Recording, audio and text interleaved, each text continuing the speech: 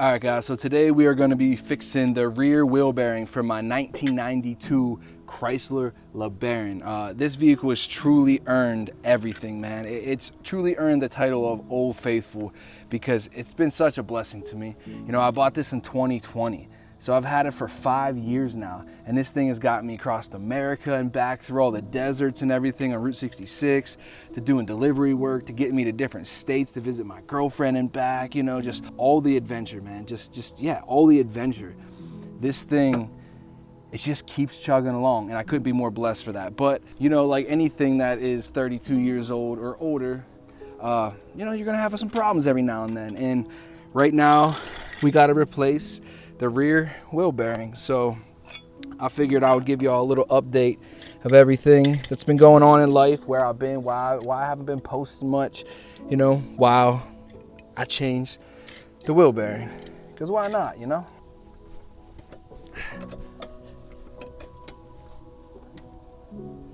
Okay, yeah, see, y'all could see, well, hopefully y'all could see on video now that it's up off the ground. Yeah, the lug nuts I loosened a little bit, but that's not enough to make it wobble like this. But I don't know, maybe y'all could see it, maybe you can't. There's just such a huge wobble in that, and that is not safe. So we about to get it changed out real quick. There's literally a screw stuck in my tire. You can't catch a break. Brand new tires, got a screw in it. So we're gonna have to get that patched today too, I guess.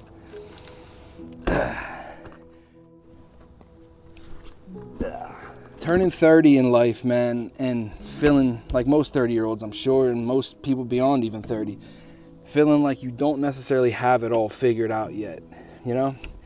It really makes you step back and reevaluate so much of your life, you know? And I had this mindset before of, you know, almost that the world owed me something, almost that like the universe just was gonna bring me something for being a nice, positive person.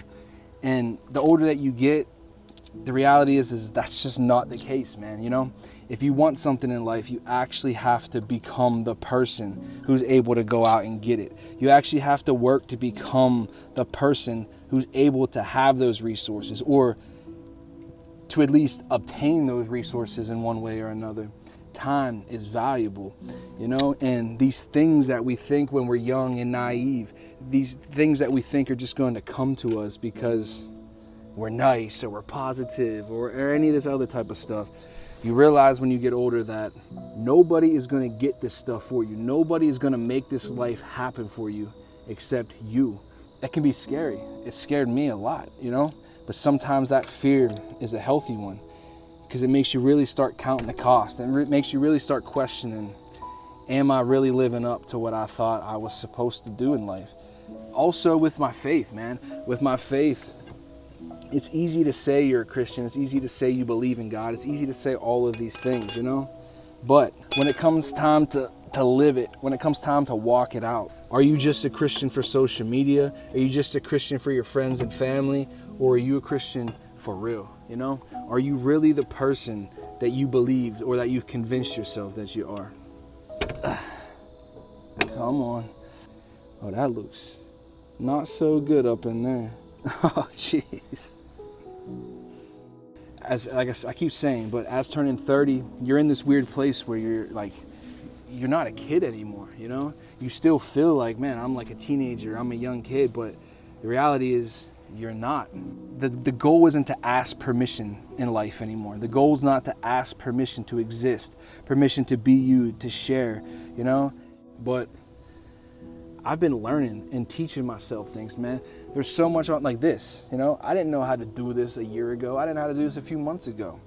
So I've been using all this time to not just become a better influencer, a better musician, a better YouTuber, a better whatever. I've been using this time to become a better man. All right, let's put this back on first, and then we'll put the bearing in. I don't want that to get all gunked up. Okay, so while I was editing this video, I realized that I didn't really conclude the point that I was trying to make. And while watching back, the thought that popped in my head, or the image that popped in my head, was the idea of a NASCAR race, you know? Sometimes the car, even mid-race, has to pull over and make the decision to pull into the pit stop and figure it out, find the repairs, do what needs done in order to get back into the race.